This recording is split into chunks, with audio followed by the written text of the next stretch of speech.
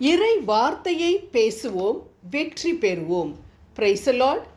இயேசு கிறிஸ்துவில் எனக்கு அன்பானவர்களே, காலை எழுந்தது முதல் இரவு படுக்க போகும் வரை நாம் ஆயிரக்கணக்கான வார்த்தைகளை பேசுகிறோம்.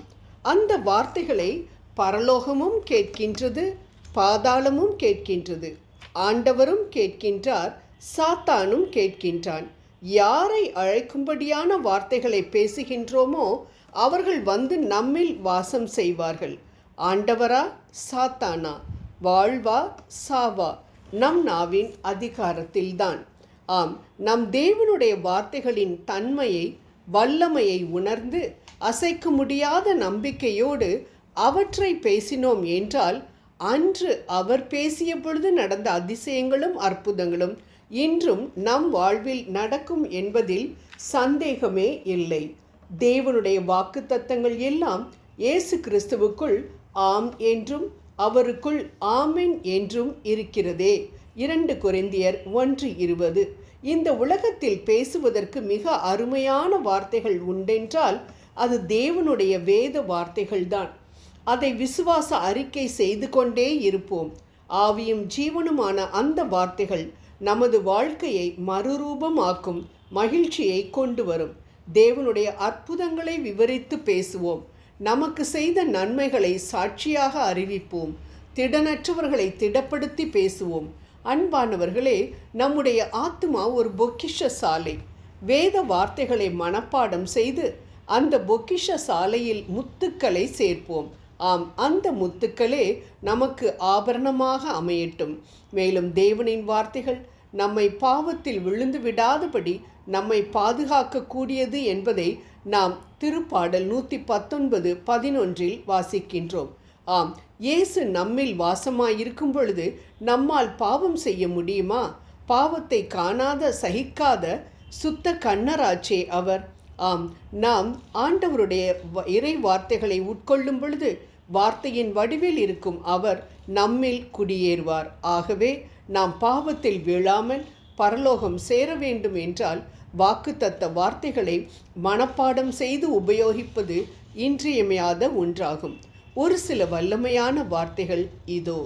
பயத்தை போக்க ஏசாயா 41:10. ஆசீர்வாதம் பெற எரேமியா 29:11. பெற்றுக்கொள்ள மத்தேயு 7:7. உயிர்ப்பிக்கப்பட யோவான் 11:25.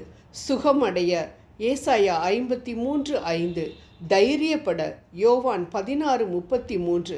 ஆலோசனை பெற திருப்பாடல் 32:8. துன்பத்தில் ஆறுதல் அடைய மத்தேயு 11:28. பலவீன நேரங்களில் 2 கொரிந்தியர் 12:9. எதிராளியின் மேல் வெற்றி பெற யாத்ராகமம் விடுதலை பயணம் 14:14. கஷ்ட நேரங்களில் ஏசாயா 43:2. ஞானத்தை பெற்றுக்கொள்ள யாக்கோபு 1:5. தேசம் நலம் பெற 2 குறிப்பேடு 7:14. தேவனின் அன்பை புரிந்து கொள்ள யோவான் 3:16. ஜெபத்தில் உறுதி கொள்ள மார்க்கு 11:24. தேவைகள் சந்திக்கப்பட பிலிப்பியர் 4:19. அன்பானவர்களே, மேற்கூறப்பட்டவைகள் ஒரு சில வாக்கு தத்தங்கள்தான். விவிலியம் முழுவதும் வாக்குத்தத்த வார்த்தைகளினால் நிறைந்துள்ளது. அதனால் தேவையான நேரத்தில் தேவையான வார்த்தைகளை சொல்லி துன்பத்தை கொண்டு வரும் சாத்தானை முறியடிப்போம்.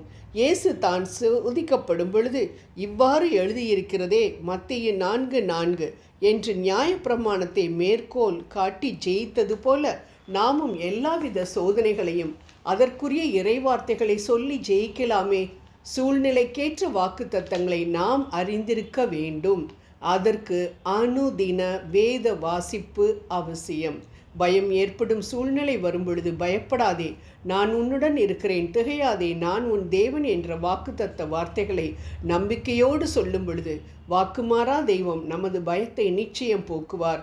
பயத்தை கொண்டு வரும் சாத்தானை நம்மிடம் இருந்து விலக்குவார். ஜெபம் செய்வோம்.